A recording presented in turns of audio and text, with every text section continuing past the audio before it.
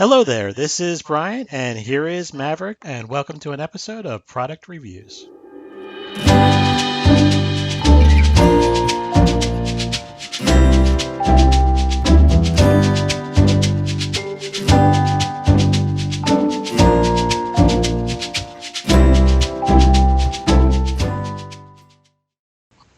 Hello everybody, and welcome to part one of a review of the Hyper Bicycles E-Ride Commuter Bike with 700C wheels. In this episode, we'll be covering the assembly of the vehicle, and part two will cover how it rides and our overall impressions. Hope you enjoy! I ordered this bike via Walmart on sale for $398 as a present for Pepper, my wife. The regular price is a few hundred more, but this seems to be a recurring event for this model, so I just keep an eye out for the price drop. I also purchased the mountain bike version for myself, which I'll be reviewing in another video. I ultimately decided to go with these primarily because of the price and the reviews also that I read on the site. The box itself is a little heavier, but manageable. As you can see, the bike itself comes well wrapped, and it needed it as it definitely went through the ringer during shipping, which I can't blame on Hyper. In fact, the lack of significant damage says a lot on the care that was put into the packing. One thing I will definitely knock them on is not including any type of detailed written instructions. There was a guide on how to use the e-bike, but nothing on assembly. There was a card inside that referred to online instructions, but it can't cost that much more to include them, and it really made it more difficult than it had to be. There's also no tools that come with it, which you really shouldn't need too much, but it would have been nice to include some basic tools. And if I had to guess, this is really just geared towards being pre-built in the store. But of course, if you're like me, there were none of these in my local store, so I had to order it online.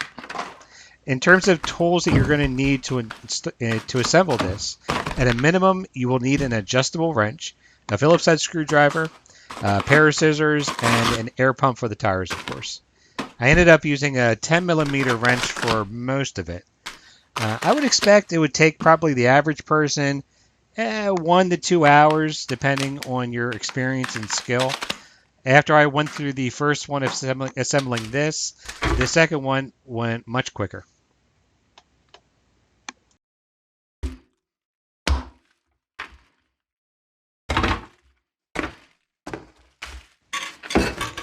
As I went through this, I did take some time to inspect everything. I was initially missing 2 washers, which I later found lost in the packaging. But overall, everything seemed to be pretty good quality and came through all intact, which was, of course, good. Now that I have the basics of everything broken apart and partially torn down, I decided to start putting the bike together. When you attach the steering wheel, be sure to have the bottom of the forks facing forward. If you pay attention, you can see that I reversed them, which later required my readjusting the handlebars later in the video.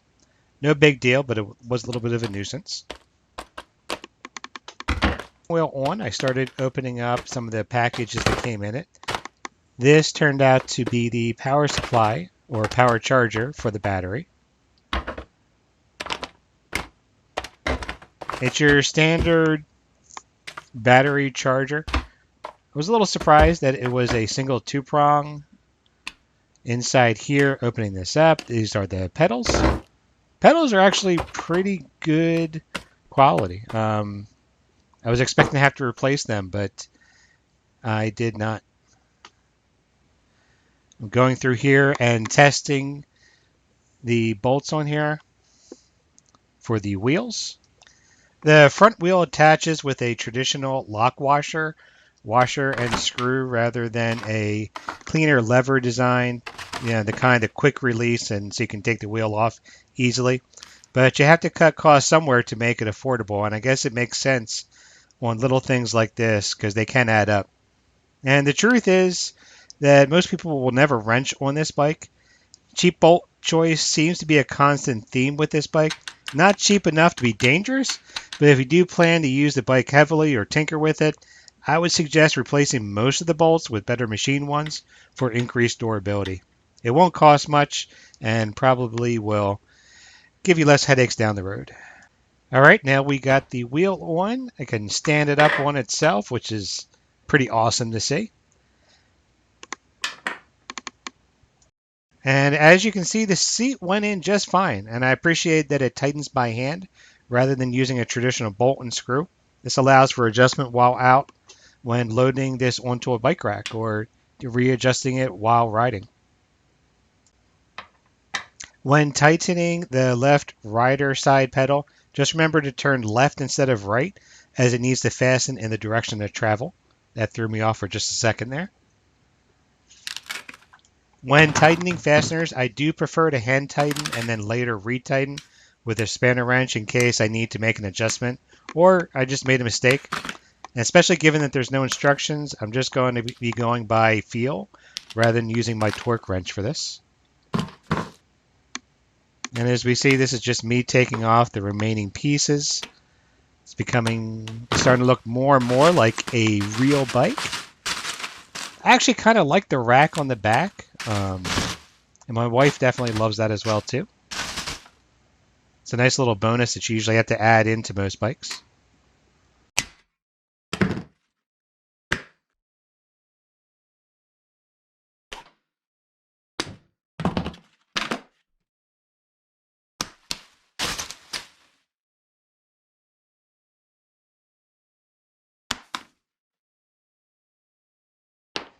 All right, now it's time to put on the front splash guard.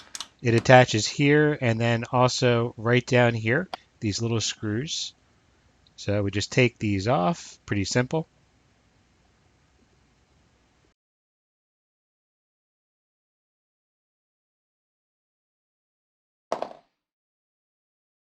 I did end up switching out my screwdriver for some DeWalt bits that I have, which work a little better. These screws are not the best quality, but I don't expect to use them too much, so I guess they'll do. It's at this point that I realized that I had the handlebars backwards, but no big deal. And then we can see here that you simply screw in the front portions here, or sorry, the lower portions here of the splash guard to there. Now, as you go through this, there's going to be some play and it may not align properly.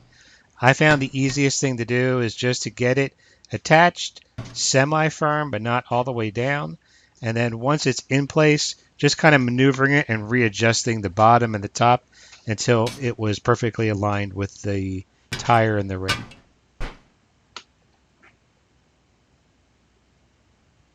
Now that that's out of the way, we can go ahead and readjust the steering wheel to the correct position. One interesting side note about this bike, and not really sure what this means, but if you look at the warranty on the Walmart website, it says that the bike itself, in terms of workmanship, is basically covered the life of the owner of the first owner of this vehicle. Now, I'm not sure exactly what that means. Obviously, if you damage the bike, that's on you. But if something did come up, it sounds like Walmart will cover this. That being said, I printed out those instructions for the website. I doubt they carry any weight, but there you go.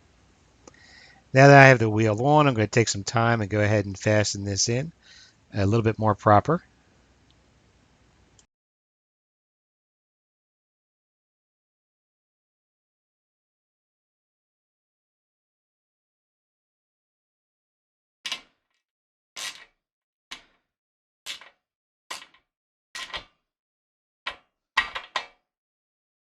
And at this point, it's just touching up all the little things. Getting the front mirror in place. Just takes a moment to get that in.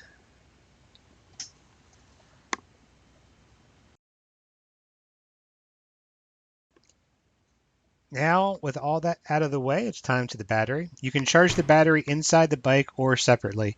There is a note that you need to charge the battery for at least 4 hours on the first use, and that battery must be on while charging.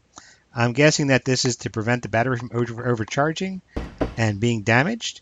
One thing I do like about this battery design is that it's built into the frame, but also removable. This not only allows for battery swapping and replacement, but for storage in room temperature environments during summer and winter. I live in the Northeast in the United States, and we have temperature swings between 0 and 105 degrees Fahrenheit, minus 18 to 40 degrees Celsius. These batteries do not last long at lower temps as it causes them to form crystals, which ends up leading to premature failure.